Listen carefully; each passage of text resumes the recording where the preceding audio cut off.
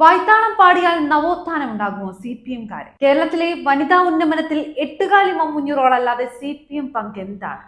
UDF നേതാക്കളെ ഇനിയെങ്കിലും നിങ്ങൾ പൊതുവേദികളിലും കുടുംബയോഗങ്ങളിലും ഒക്കെ ചെയ്ത കാര്യങ്ങൾ ജനങ്ങളോട് പറഞ്ഞുകൊണ്ടേയിരിക്കണം.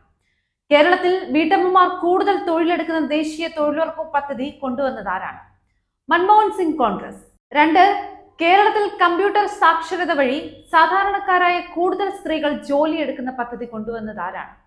അക്ഷയ പദ്ധതി, PK കുഞ്ഞാലിക്കുട്ടി, UDF സർക്കാർ. 3. ഏറ്റവും കൂടുതൽ വീട്ടമ്മമാർക്കും സ്ത്രീകൾക്കും പണമായി ലഭിക്കുന്ന പെൻഷൻ എന്നൊരു പദ്ധതി കേരളത്തിൽ കൊണ്ടുവന്നത് R. ശങ്കർ 1963 കോൺഗ്രസ് സർക്കാർ സമയത്ത്. സ്ത്രീകൾക്ക് നേട്ടമുള്ള നവോത്ഥാന മുന്നേറ്റത്തിൽ ഇല്ലാത്ത CPM ചെയ്തത് എന്താണ്? ഫ്ലാഷ് മോബ്, വനിതാ മതിൽ, പാർട്ടി, കോടതി, ബഡായി പറശ്ശി.